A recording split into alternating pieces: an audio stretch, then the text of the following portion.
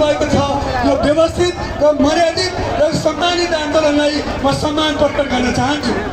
जहाँसम्म सरकार जो पुँजीवादी सरकार, मलाई के थाहा छ भने लेनिन महान सर्वहारा वर्गका महान गुरु, विश्वका सबै वर्गका महान गुरु लेनिनले के भन्नुभएको छ भने पुँजीवादी राज्य सत्ताका सञ्चालकहरूले कहिले पनि श्रमजीवी मजदुरहरूको पक्षमा उनीहरूले प्राथमिकतामा राखेर काम गर्दैनन्।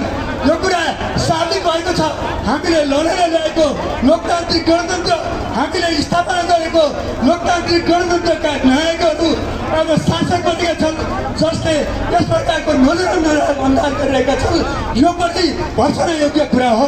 त्यस कारणले मैले सरकारलाई के आकर्षण गराउन चाहन्छु भने नेपाली आम शिक्षकहरूका मागहरू जायज छन्। कानुनहरू ल्याउन विलम्ब भएको छ, धेरै ढिलो भएको छ।